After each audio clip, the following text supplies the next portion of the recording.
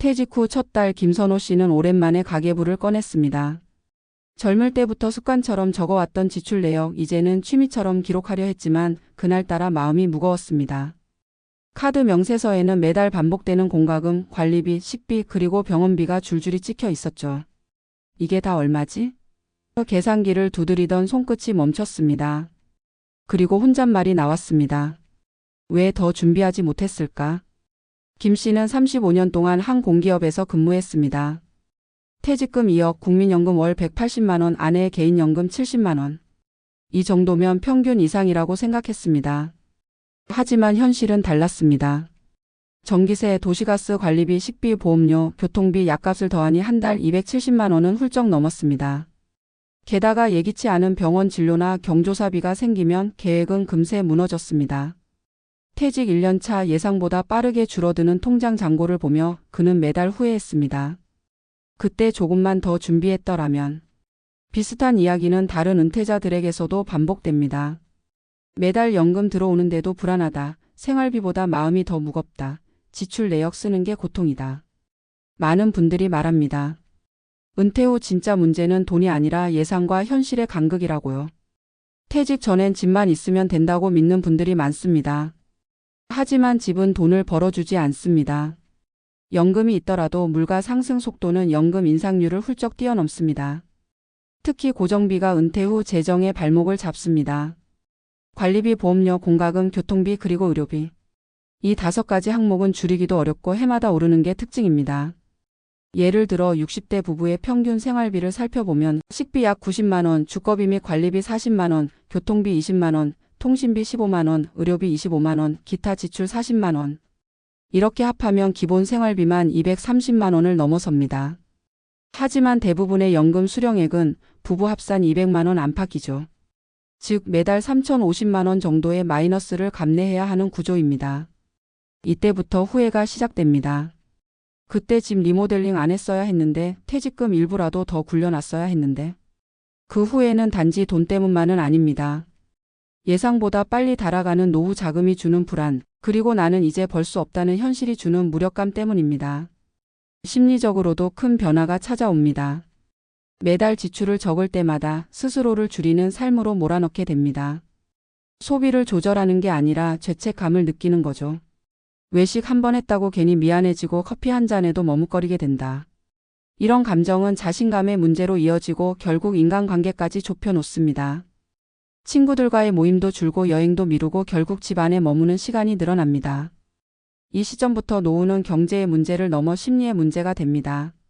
한 70대 은퇴자는 이렇게 말했습니다. 가장 무서운 건 통장 잔고가 아니라 매달 그걸 확인하는 내 마음이었다. 그 말이 무엇보다 깊게 와닿습니다. 퇴직 전 우리는 얼마를 모아야 하나만 생각하지만 정작 중요한 건 얼마를 쓰며 살 수 있나, 그리고 그 지출을 감당할 내 마음의 체력입니다. 전문가들은 이렇게 조언합니다. 퇴직 전에는 자산의 총액보다 현금 흐름을 점검하라고요. 은퇴 후에는 목돈보다 매달 꾸준히 들어오는 돈이 안정감을 만든다고요. 연금, 배당, 임대, 아르바이트 등 다양한 소득원을 미리 설계해야 합니다. 그리고 가계부는 단순히 돈을 적는 도구가 아니라 자신을 돌아보는 심리 기록으로 사용하라고 말합니다. 내가 무엇을 위해 돈을 쓰고 무엇을 위해 줄이고 있는가?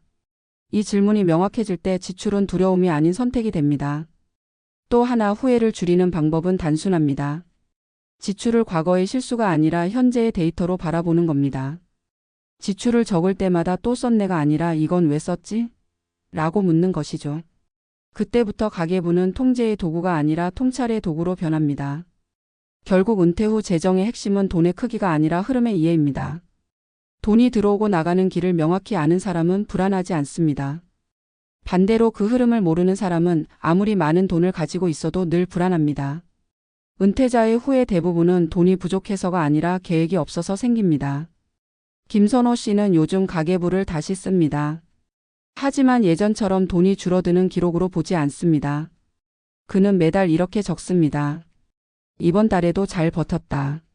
이 문장을 쓰며 그는 자신이 아직 살아가고 있다는 걸 느낀다고 합니다.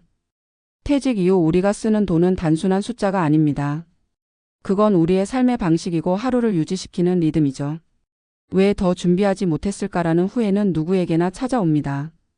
하지만 그 후에는 우리를 멈추게 하려는 게 아니라 다시 배우게 하려는 신호입니다. 은퇴 후의 삶은 완벽하게 준비된 사람에게 주어지는 보상이 아니라 후회 속에서도 꾸준히 배우는 사람에게 주어지는 기회입니다. 오늘의 지출 기록이 내일의 불안을 줄이는 첫 걸음이 될 수 있습니다. 지출은 두려움이 아니라 인생의 흔적이니까요.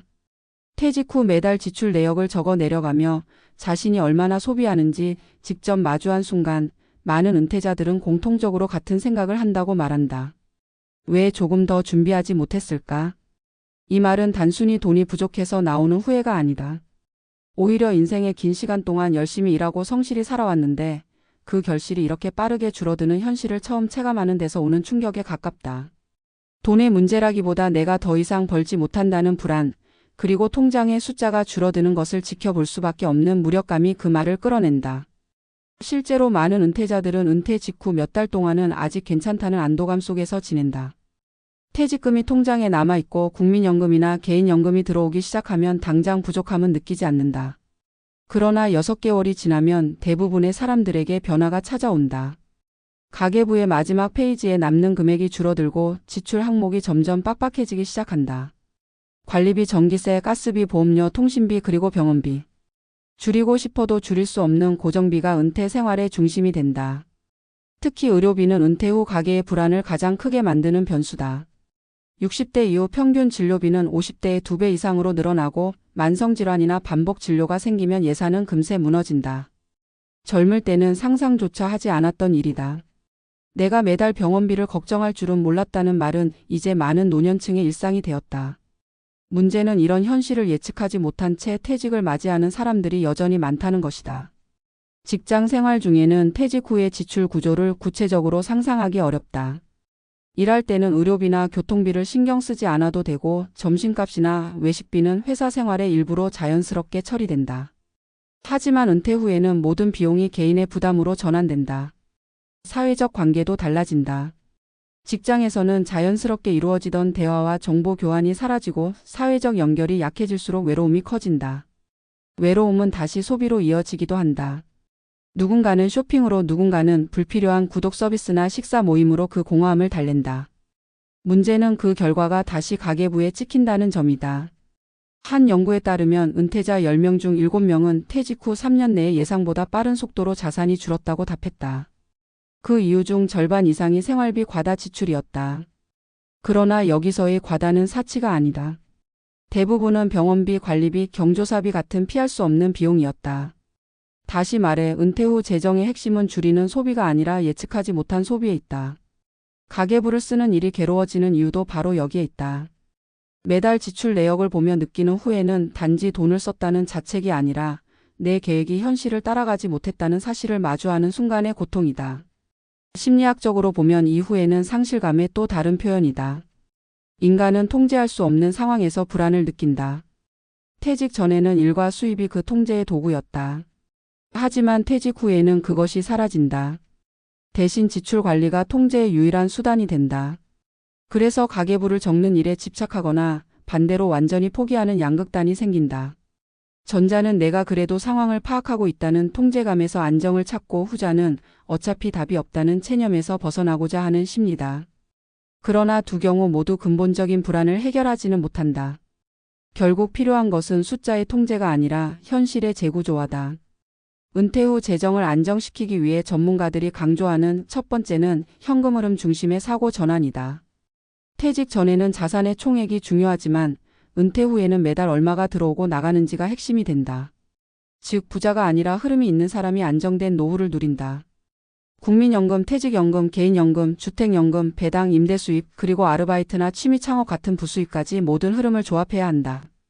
그중 일부는 작고 느리게 시작될 수 있지만 심리적으로는 큰 차이를 만든다. 돈이 조금이라도 들어오는 구조는 불안을 줄이고 소비를 다시 통제할 수 있는 여유를 만든다. 두 번째는 비용의 우선순위 재설계다. 은퇴 후 지출은 줄이려 하기보다 왜 쓰는가를 명확히 하는 것이 더 중요하다. 같은 10만 원이라도 의미 없는 소비와 가치 있는 소비는 다르다. 예를 들어 손자에게 쓰는 돈이 단순한 지출이 아니라 관계 유지의 수단이라면 그것은 감정적 자산의 투자로 볼 수 있다. 반대로 습관적으로 나가는 보험료나 구독료는 점검 대상이다. 실제로 은퇴자 중 30%는 자동결제 항목을 제대로 모른다고 답한다. 즉, 지출의 절반은 의식하지 못한 소비일 수 있다. 가계부는 이런 무의식을 의식으로 끌어내는 도구다. 세 번째는 지출을 심리의 기록으로 바라보기다. 돈을 어디에 쓰느냐는 그 사람이 지금 무엇을 갈망하고 있는지를 보여준다.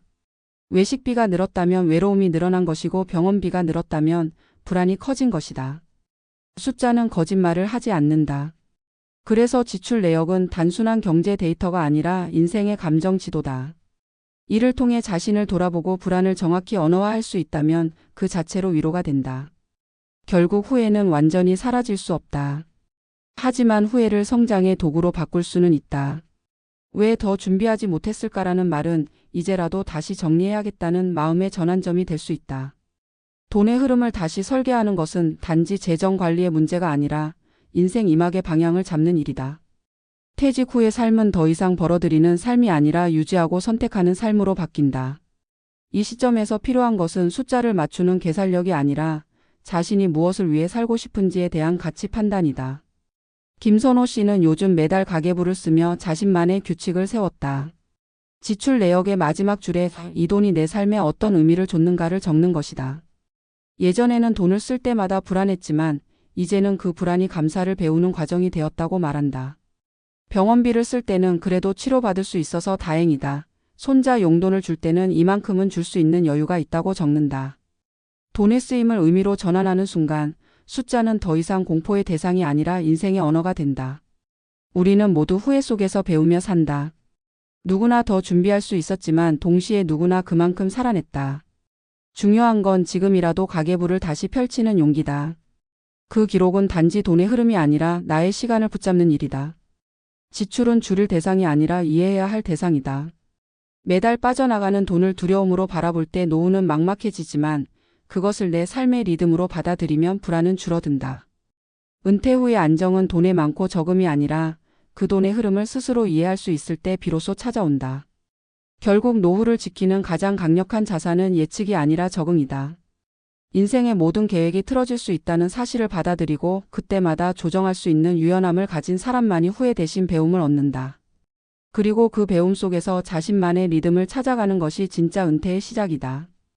퇴직 후 매달 지출 내역을 쓰며 느끼는 후회는 누구나 겪는다. 하지만 그 기록을 멈추지 않는 사람은 결국 후회보다 깊은 통찰을 얻게 된다. 은퇴 후의 인생은 돈이 얼마나 남았느냐보다 삶을 얼마나 이해하게 되었느냐로 평가받는다.